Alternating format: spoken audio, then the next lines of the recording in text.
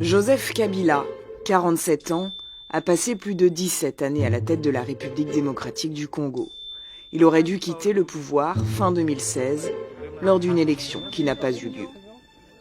5 choses à savoir sur Joseph Kabila. Joseph Kabila est arrivé au pouvoir à l'âge de 29 ans, après la mort de son père, assassiné par un de ses agents de sécurité. Le jeune homme, taiseux et inexpérimenté, est désigné président par l'entourage du Mzee. 17 ans plus tard, celui sur lequel personne ne pariait est toujours à la tête de la RDC. Joseph Kabila arrivait au terme de son mandat le 19 décembre 2016. Il est resté au pouvoir 2 années de plus, suscitant la colère de la rue, des manifestations qui ont fait des centaines de morts dans des affrontements avec la police. Quant à tous ceux qui semblent se préoccuper à longueur de journée de mon avenir politique, je tiens à dire que toutes les questions pertinentes relatives au sort des institutions et de leurs animateurs sont réglées par la Constitution.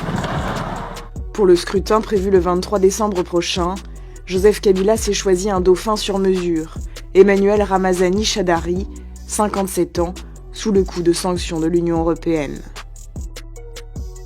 Mais celui qui se fait appeler le Raïs disposera d'un statut de sénateur à vie et s'est aménagé un poste de président à la tête de son parti. Début décembre, il a déclaré ne pas exclure de se représenter aux élections de 2023. Why don't we wait for 2023? Ruling out in politics in life. In fact, you shouldn't rule out anything because everything is possible. Joseph Kabila est né en 1971 à Ewa Bora, dans le maquis animé par son père, Laurent Désiré Kabila, le long du lac Tanganyika. Il est contraint dans les années 80 de vivre dans la clandestinité, en Tanzanie, sous un nom d'emprunt, ce qui occasionnera de tenaces rumeurs sur sa filiation avec Laurent Désiré Kabila. Son père est alors à la tête d'une étrange rébellion dans l'est de la RDC, un temps fréquenté par Che Guevara. En 1996, une offensive régionale parrainée par le Rwanda se prépare pour faire tomber le dictateur Mobutu. Il fallait un Congolais. Laurent Désiré Kabila est choisi. Joseph poursuit ensuite sa formation militaire en Chine. À son retour, il prend la tête de l'armée congolaise avec le grade de général de division. Quand Joseph Kabila arrive pour la première fois à Kinshasa, c'est sous la protection très rapprochée d'un officier rwandais, James Kabarebe, chef d'état-major de Kabila père, qui a formé Joseph aux armes pendant la chute de Mobutu.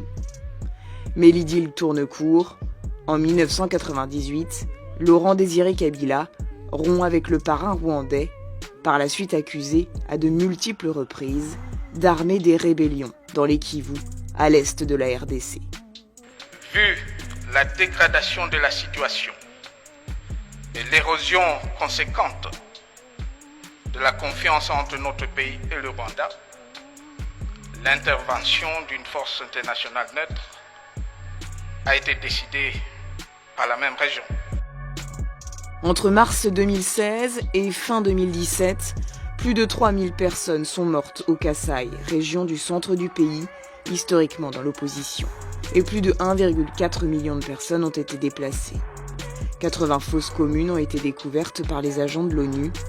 Les plus graves atrocités ont été commises par les forces gouvernementales. What our investigators gathered on the ground were many accounts of the Congolese army, the Congolese National Police, and local administrators working in conjunction with this newly created militia, the Banamura, in attacking villages, often along ethnic lines. Pour sa propre sécurité, Joseph Kabila bénéficie, lui, de la protection de 40 000 gardes présidentiels.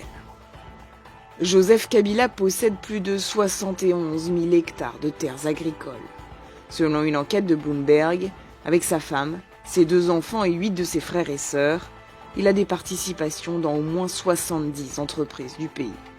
La famille est présente dans tous les secteurs, Banque, agriculture, distribution de carburant, transport aérien et bien sûr dans le secteur minier.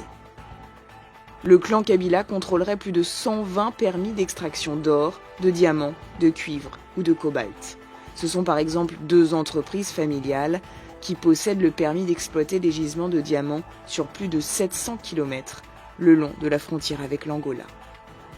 On lui reproche également d'avoir vendu des concessions minières à des sociétés offshore à des prix défiant toute concurrence.